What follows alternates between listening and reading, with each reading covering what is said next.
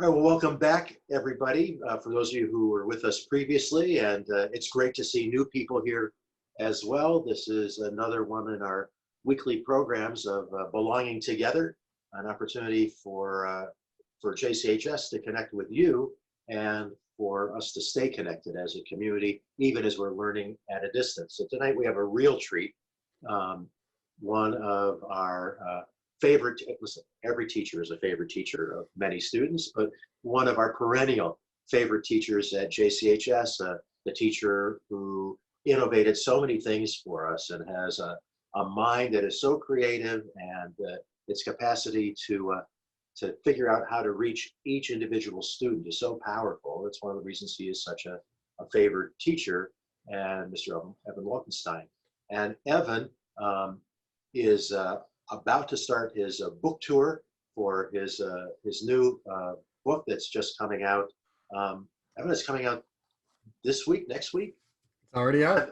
Awesome. Oh, awesome. Yeah. Evan, mazel tov to you. Thank you. And it's a real celebration of Evan's ongoing and enduring creativity and his ability to be creative as he unpacks texts and to be creative as he creates texts. And Evan is really one of our master teachers, in addition to being our director of experiential education. And we're going to have a great experience with Evan tonight. Evan? Okay, thank you kindly for such a lovely introduction. It's great to see everybody here tonight. Give me an okay if you can hear me okay, if my volume level is good, everything's fine. Wonderful. So our learning tonight is really special. It's a source that I love. I've only taught it a couple of times, but I felt very passionate about it when I taught it in class and when I learned it with some adults. And so I wanted to circle back to it tonight. And what I'd like to begin with, as I often do when I learn both with young people and with adults, is to start with a prompt on a topic, and we'll get a couple of folks to share. And if we have some brave souls to share a story, great, that's awesome. And if we don't get some people to share, then I have to panic. No, just kidding. If we don't get people to share, that's also okay, because it can be a kind of aspirational, almost meditation, because we're going to have a series of these prompts throughout our time together tonight. So when I ask a question, David Joseph is kind enough to keep an eye on the hands list. You can raise your hand with the icon. You can raise your hand through just waving your hand around, and David Joseph will help us keep track of who's going to be speaking. So here we go. Here's the first prompt.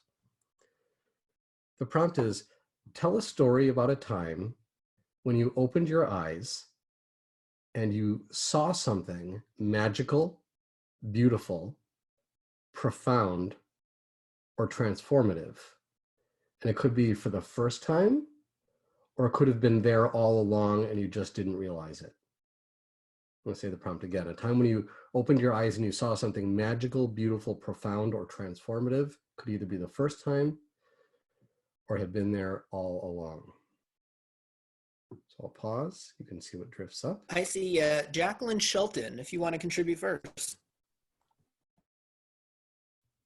Go ahead and unmute yourself, Jacqueline. Thank you. There you go. That's a good first step. Beautiful. Hi, everyone. First time in this group, mother of an incoming JCHS student, and very happy to be here. I think I could share something that has to do with something beautiful, perhaps. I don't know that I would consider it transformative, but it's really interesting. In recent weeks, Joshua and I have been taking a walk every night after dinner in the neighborhood, just the two of us. Same route every night. And one of the things we notice now that has changed, but all of a sudden we became aware of the beautiful wisteria that was growing in many different places in our neighborhood. And occasionally we had seen that before, but probably not paid attention to it. And all of a sudden we noticed it everywhere. And we noticed it from when it was starting to blossom, from the leaves being pretty empty, empty plants, to the blossoms starting, to being in full bloom, and now the leaves taking over, kind of. And it's so beautiful. And we noticed it everywhere. We noticed the houses that it was on. And it's interesting because it has been there all along, and it's been there in so many places. It really only blossoms once a year, so it's very special. But we never really paid attention to it.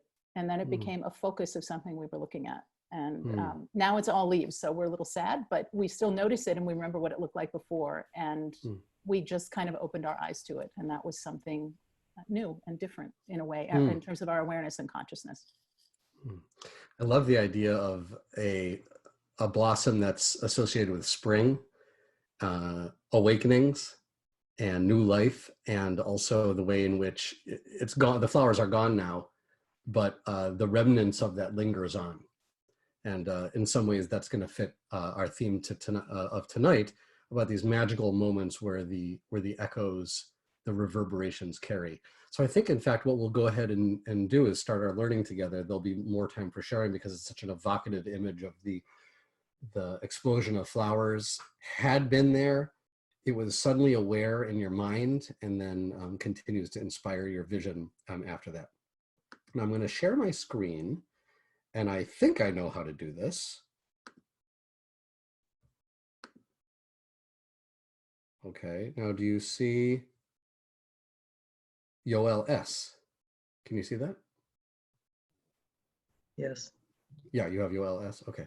So Yoel S is the author of our text tonight. He, and I'll talk a little bit about him in a moment. He's going to be bringing sources from a lot of different backgrounds, but he's a fascinating person. And we're going to circle back to him in a moment. Now, in front of you, you might have, now just, I also want to just check to make sure I understand my own technology here. When I scroll like this now, do you have Together Apart at Sinai? That's actually what we're looking at, Evan. Thank you. Oh, so do you see like a photo of a Satmar Chassid right now? No, we do not. We just see the Got it. Together Apart at Sinai. Got it. Okay. So I'm going to try one more thing and see if I can figure out how to do this. Okay.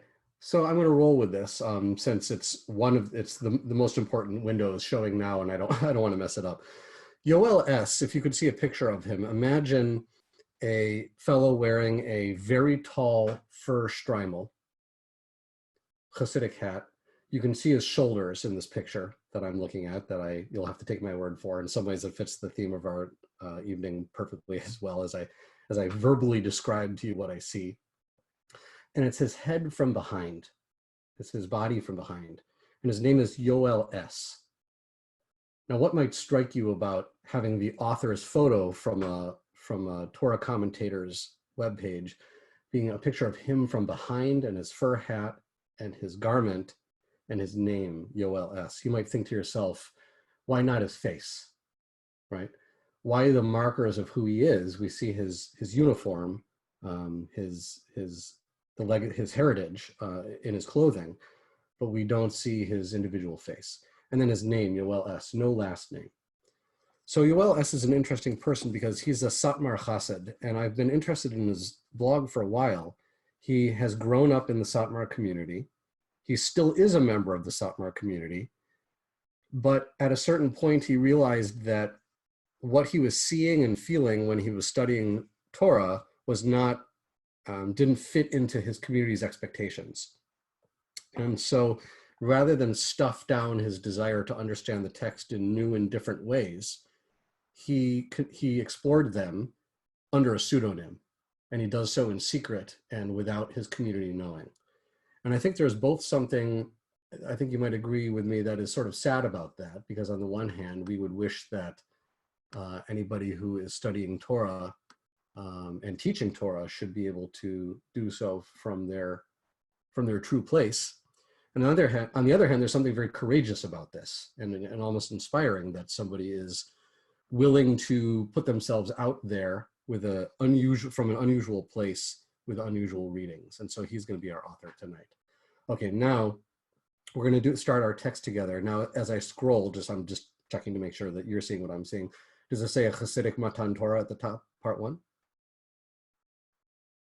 Yes, it Yeah, does. I'm seeing thumbs up. Good. Okay, great. All right. You may have this in front of you as a printout. That's great. Otherwise, I'm going to have this on the screen as we read along. Here we go. He says, Yoel says, traditional Judaism views Matan Torah, the giving of the Torah, as the fateful event that endowed us and the Torah with a divine status. But even when taking the Torah account at face value, the weighty concept of revelation is fraught with difficulties. Here are some questions, Yoel asks. How exactly does an infinite God communicate with finite humans? It's a good question, right? How did we know it was God speaking to us? And if revelation can't be compared to any of our own experiences, then how can we relate to it? How can we embrace it? So he states his overarching questions, and hang on for a great ride because he's going to take this to some very interesting places. He gives us a little bit of background. He says, and this is a highly abridged text. It was very long, and I wanted to be able to make sure that we covered it tonight. He gives us a little background, and he says there used to be at one point the Kabbalistic notion, which was pervasive throughout, the spheres of people who were doing that type of, no pun intended, doing that type of scholarship. There's this idea of divine revelation, and that that God's presence can be seen in various ways, unpacking texts, and also through some mystical practices. And he says the Baal Shem Tov, he took that to its logical extreme, proclaiming that God is inherent in all existence. What does that mean? He declares that God's essence can easily be discovered. All we need to do is uncover the divine from the numerous garments that obstruct it from view. Okay, so there's this divine, and there are these garments that obstruct the divine. We just need to uncover it. Put differently, he says, God need not reveal God's self. There's no need for revelation because God is always there. It's we who need to open our eyes and watch God being revealed in God's glory. So it's not God who changes during Revelation. The Israelites make it out of slavery. They make it through the desert. They make it to Sinai. We think of God somehow doing some brand new thing at Revelation, but rather it's we who change in that moment. We consummate the revelation that began with creation and culminated with Matan Torah. Humans are bestowed with the gift of being able to pierce through the superficial layers of the finite nature and expose the infinite divine. He puts this as a gift. And our task is to overcome our tendency to become apathetic to the marvels of nature and the magic of life, which inhibit us from seeing the divine. In order to see divinity, we have to appreciate our ability to exist, understand, create art, be amazed, and be alive. Let's take a moment to just kind of take that in. So my second prompt is going straight for that. What are some of the activities that you do? And I'd love to hear 2 or maybe even 3 people share. What are some of the activities that you do, practices that you do, things that you try to help you awaken from what Yoel calls the apathy of marvel and to feel the magic of life? Hey, Evan, I hate to interrupt you, but Noah Alper just sent a note that we're still on the original top of the text and we're not seeing any of your prompts. So if you're intending for us to see something transitioning on your screen, it's not happening. Thank you for jumping in. Sure. That needs to be fixed. Let's see here. I'm going to stop share, and then I'm going to share my screen, and then I'm going to do desktop 2, and let's see if that works. Okay. Now, do you have like a live scrolling document here? Go ahead and scroll. Let's see if we see it. Is it scrolling as I move around? No, it's not it. Okay, I'm going to try one Static. more. It's static, okay. I'm going to stop the share again. I'm going to share the screen. And I'm going to do, let's try this one.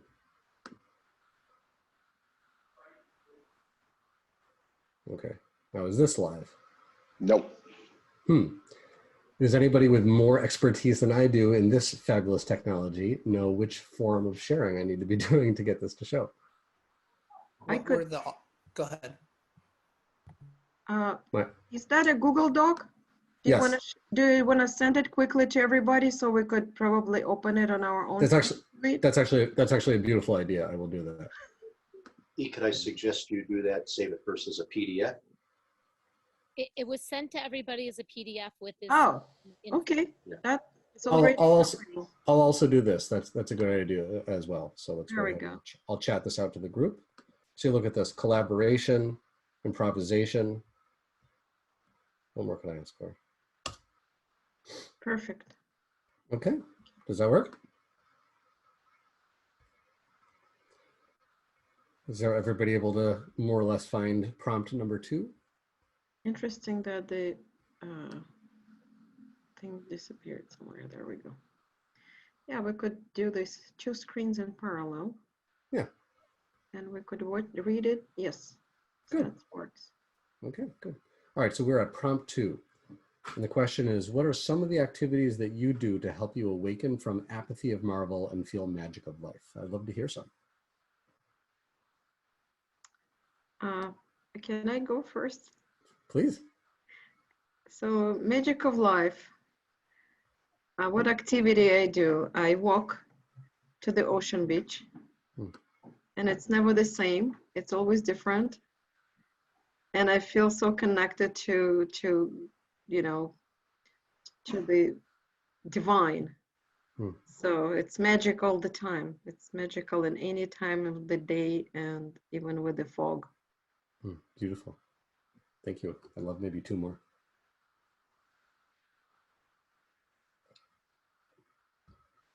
I'll share. It's India Lisak. Hi, India. Hi, long time no see. It has been a long time. I know. Greetings from Boston.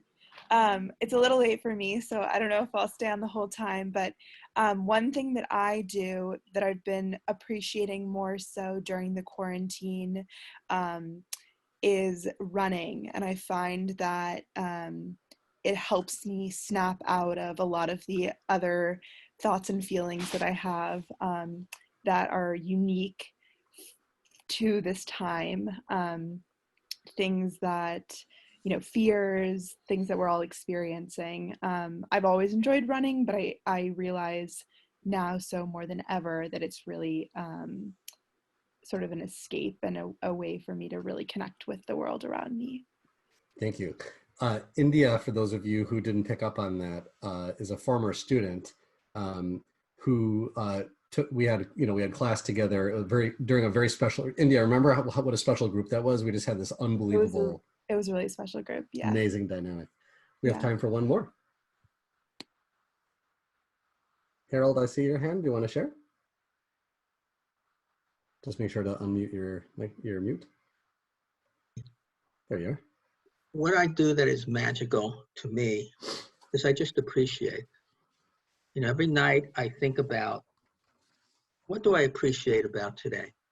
I appreciate, for instance, that my family is healthy, friends are healthy. I appreciate different things. And I also write down what it is that I'll never take for granted again. What is it that I'm not able to do now that I will be able to do again in the future, but will never take for granted, and writing it down because I get lost in the everyday experiences, and it's meaningful for me to go back to a document and say, hey, you know, remember this time because it had valuable lessons to teach.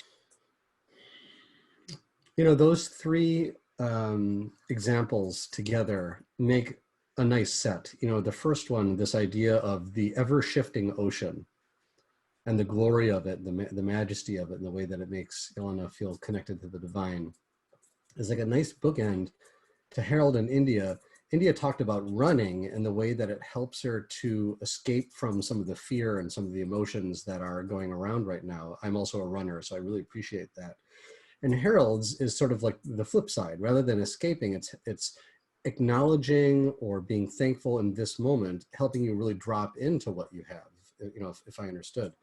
And I think there's something, those 2 things together are very powerful. I'll also mention that just the idea, like as Jews, you know, coming from Yehuda, coming from Modeh, coming from thanking, being thankful or acknowledging, I think that there's something deep in the wisdom of our civilization that's very much about what's at the core of what it means to be a Jew. And I think that acknowledging those things has a lot to do with it. And this ties us back nicely to some of the imagery we began with the flowers around us that have been there all along, but we haven't really stopped to acknowledge them yet. But that in that moment, something magical can happen. So let's use that magic moment as an inspiration to move forward now. So we're starting in section 2. This is advanced screen sharing. Look at that. Is it scrolling now? Right? Scrolling. Okay. All right. So we're in section, thank you for that laugh. I appreciate that. So we're in section 2, love of one's fellow is a prerequisite for receiving revelation. Yoel says, a central part of Hasidism is to live in harmony and be committed to each other's physical and spiritual well-being, even for people we have never met. There's a lot of talk right now about the caring among people for people that we may not know, and I think that's very much in the air. We are physically separate, yes, Yoel, we are right now, and may not share the same family or community. As humans, we do share a spiritual commonality. We share hopes and desires, values and emotions, and appreciation for aesthetics and intellectual capabilities. Ooh, that we share hopes and desires, right? Values and emotions. We're feeling that right now, aren't we? I mean, the longing that people are feeling for the well-being of people you both know and don't know, it's palpable right now. Or as translated in the Hasidic vernacular, our divine life springs from the same inexhaustible fountain. We are all just droplets in that infinite fountain. To acknowledge this, there's that word acknowledge, right? To acknowledge this is to live a life imbued with deeper meaning and hence a life permeated with divinity. Acknowledge this, right? It's not about learning it for the first time. He seems to be implying, like Harold said, it's about turning and looking at the thing that you already know and taking a moment to experience it. That leads us to prompt 3. Did you ever have an experience where you felt deeply and profoundly connected to what I put in quotes, all humanity, however you define that, or at least maybe to a whole room full of people? So I'd love to hear a couple of stories about just feeling deeply, profoundly connected to either like humanity as a whole, whatever, however you define that, or to a group of people.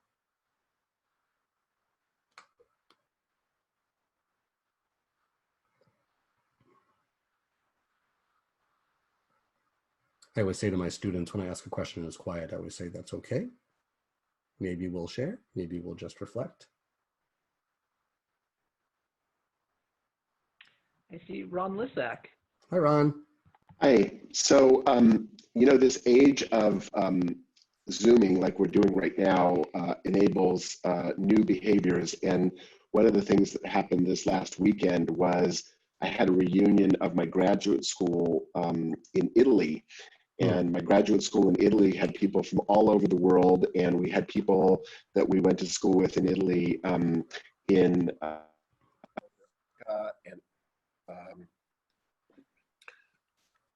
can you still hear me? Yeah, that's great. People from Africa and people from Europe and people from all over the States all getting together. And, we went to graduate school in the early 1980s.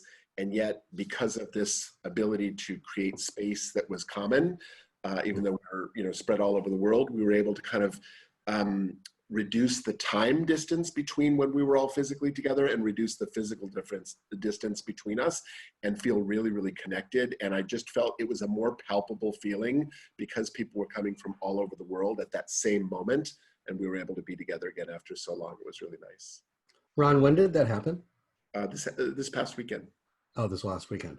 So I had a similar experience. I just want to yes, and that Howard was so kind as to mention my book's launch. And the plan had been to do some kind of event at Canterbury or something like that and have all my friends there. And of course, that's not going to happen. But I had a similar experience because I sent out an invitation to people all over the country, even some people in Israel and other countries as well. And being together in the same place, kind of like we are now, it's not the same as all being in the same room because of the physical togetherness, but it's differently amazing. It's not equal, but it's incredible at the same time. I really appreciate what that must have felt like for you. Thank you. Thank you. Anybody else want to share a time that you experienced? I see Kelly Kozak's hand is up. Ms. Kelly wants to unmute herself. Hi, Kelly. Hey, how are Yay. you? I ordered your book yesterday, by the way. Oh, thank you. Yeah.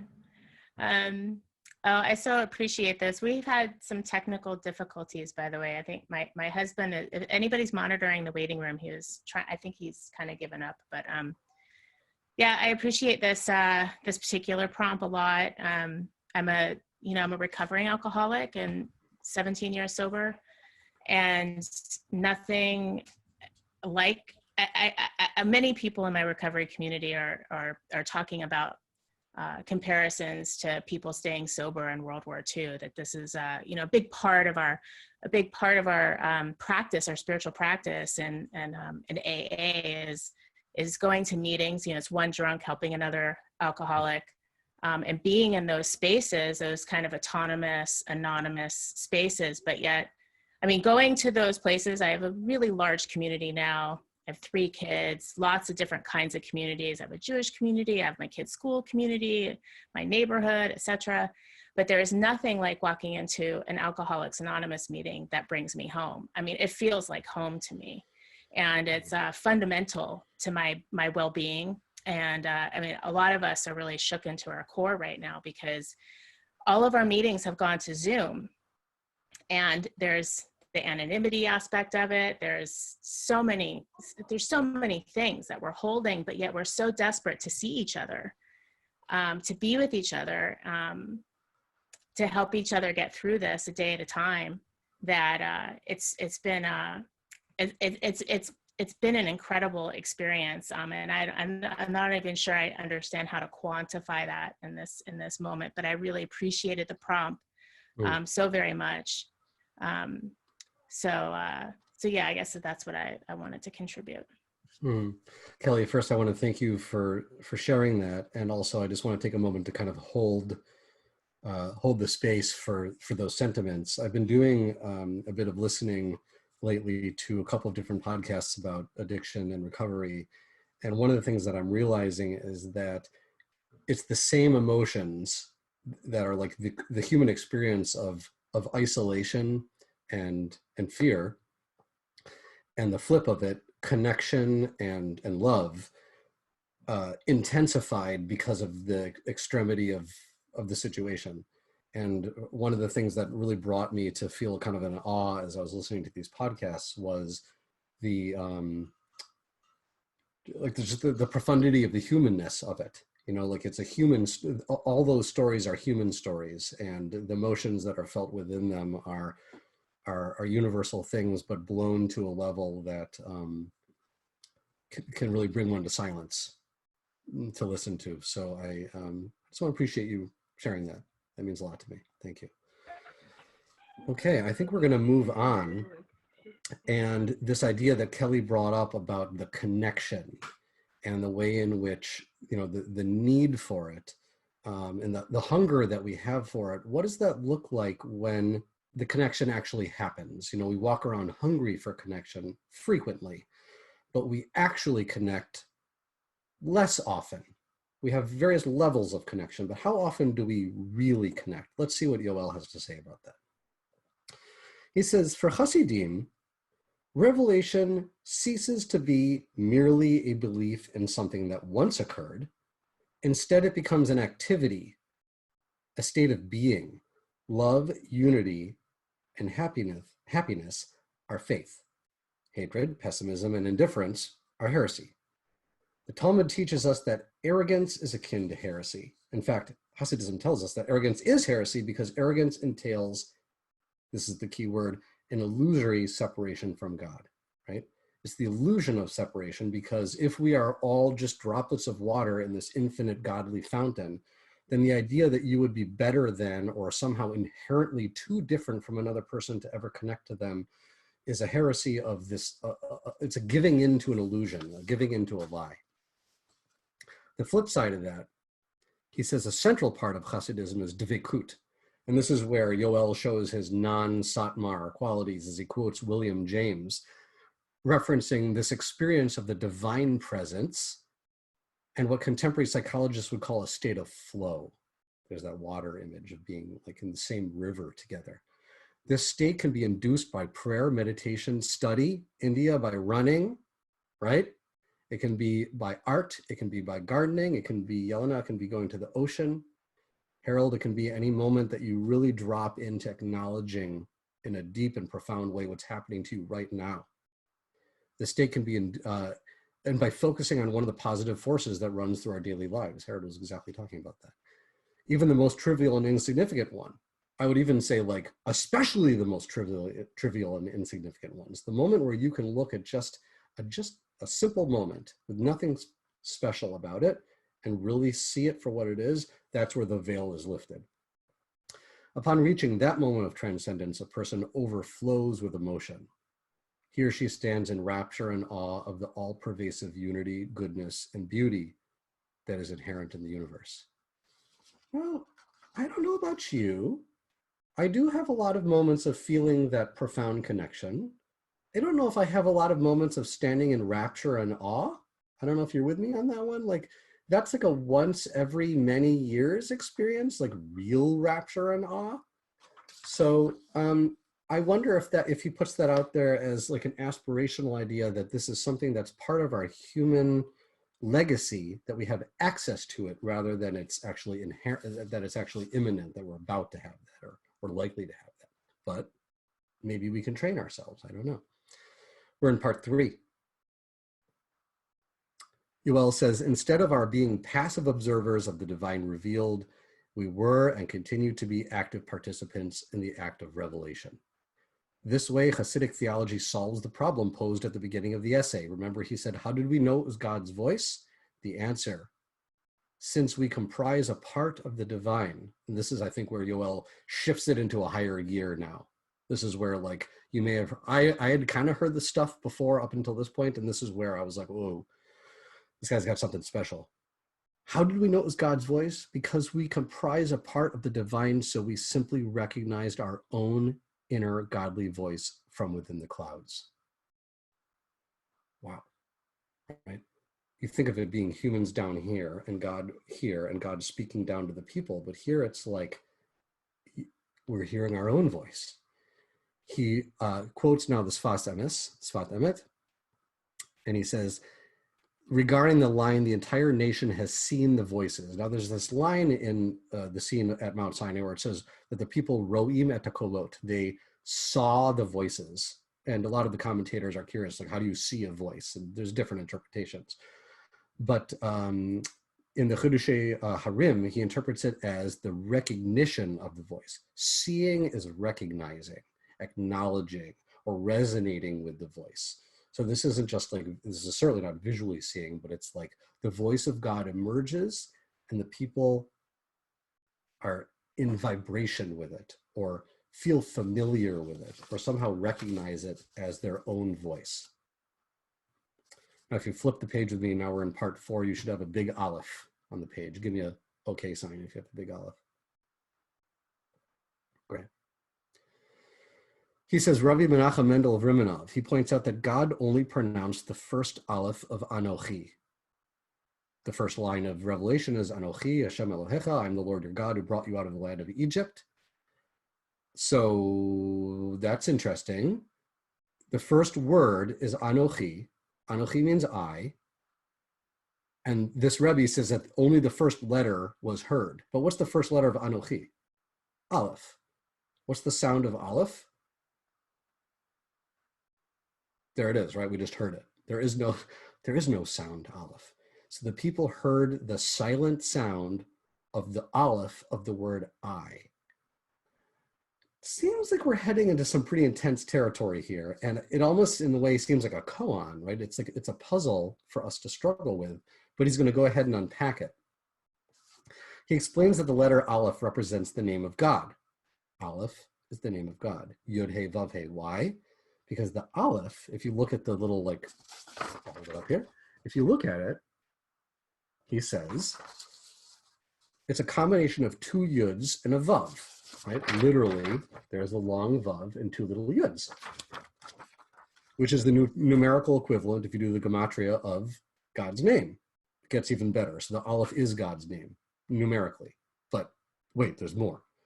The human face also represents the same numerical equivalent. The 2 eyes are the yuds. The nose is the vav. Some of us have larger vavs than others. There you go. We're Jews. What can I say? This indicates that humans are a reflection of the divine. So during Matan Torah, God only uttered the letter Aleph, meaning he showed his divine face, sort of saying, like, you want to see me? Here I am, right here under your nose. My face is your face, and your face is my face.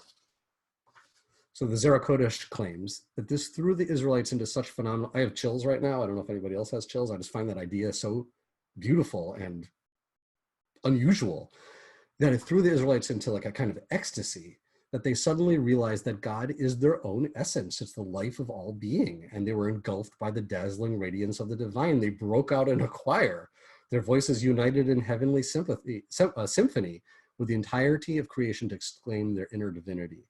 And I'm just gonna kind of like scooch down there. There's a lot of beautiful poetry, and it says, the souls of Israel awakened. Now he's the actual quote from the JCHS. They yelled at the top of their lungs, I am the Lord your God. Who yelled at the top of their lungs? They. Who's they? The Israelites. Whoa, whoa, everything just got turned on its head. It's not God saying, I, the Lord, am your God. It's the Israelites like broadcasting this. From the four corners of the world, they heard the same voice, for the entire universe is dependent on the living God, and all four corners screamed, I am the Lord your God. Like, all of creation is like this kind of like, I'm picturing like a membrane or a speaker pumping out this divine truth. I, the Lord, am your God. Not just God up there, but the pervasive fountain that we are all floating within. So we're not going to do the fourth prompt because we're coming to the end of our time together, but I just kind of aspirationally want you to bring to mind a time when you felt deeply and profoundly connected to one particular person. And the way it feels to be held in the gaze of somebody you love, and to be the other person, but also to feel strangely and somehow in a way that can really touch you, right? And that just to imagine that profound sense of being together, just to imagine a nation, not to mention an earth, not to mention a universe, face to face with God, like this, right? Recognizing each other in some kind of a magic moment. He says the Baal Shem Tov famously said that it's the echo of these voices that are reverberating in our hearts and souls, calling us to act and repent, to mend our ways and do justice. It's the echo of revelation. The voices of Matan Torah calling to us at every moment. All we have to do, like he said at the very beginning, is lift the veil and listen.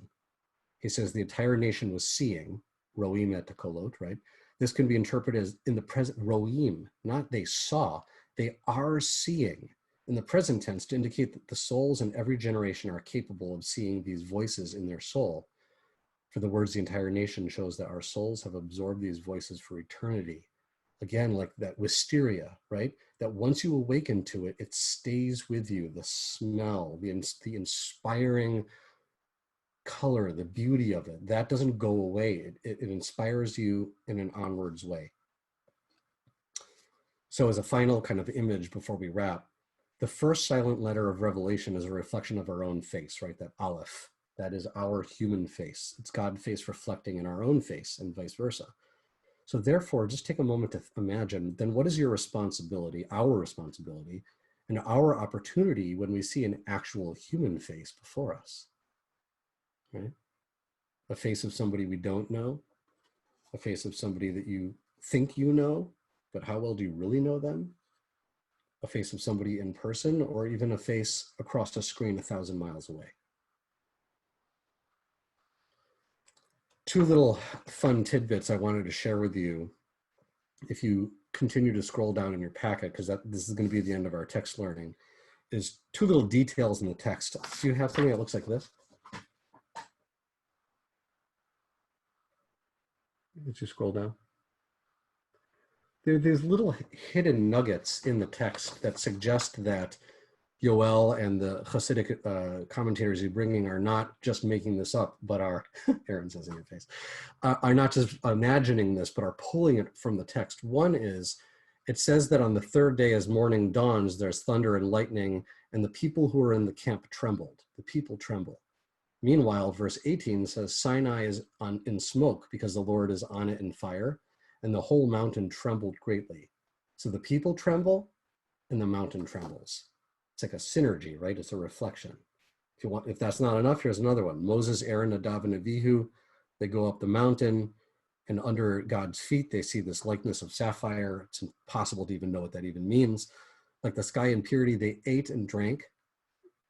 A few verses later, the presence of, or earlier actually, the presence of the Lord appeared in the sight of the Israelites as a fire eating at the top of the mountain. The Israelites eat, God eats. The Israelites tremble, God trembles. It's like humanity and divinity as one mirror image. And lastly, the image that I want to leave you with before I kind of offer my final words is this one. This is the Ark of the Covenant.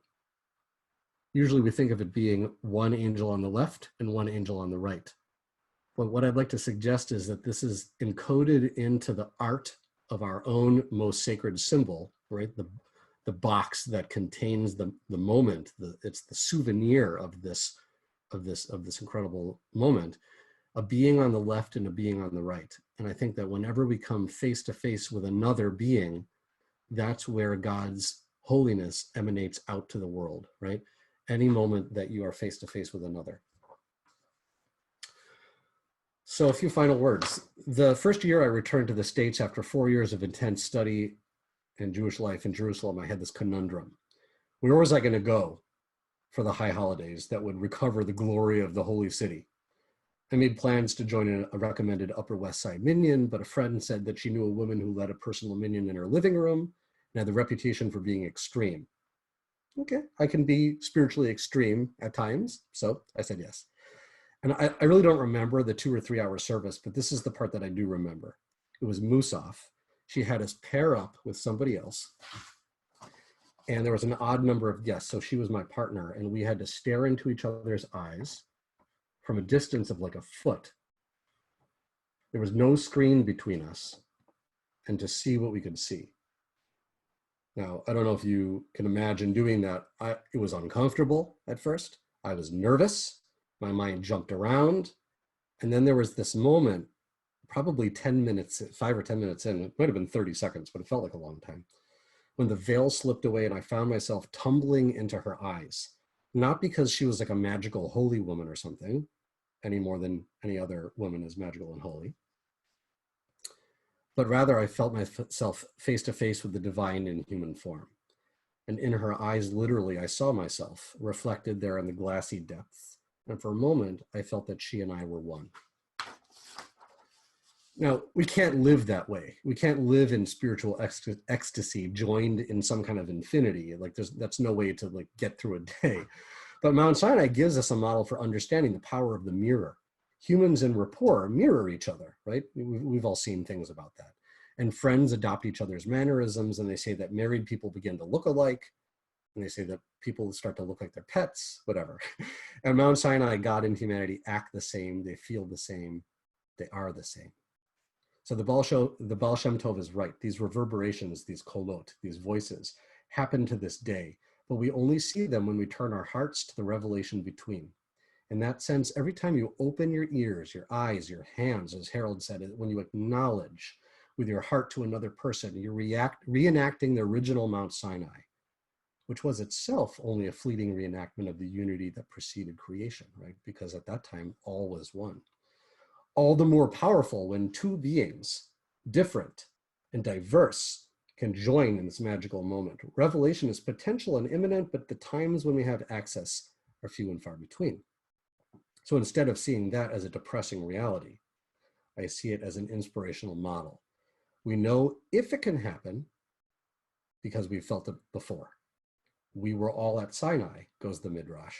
So if we can return to it every time we enact justice, when we summon compassion, and when we take the time to see the me in you, the they in we, and the us all together face to face. Thank you.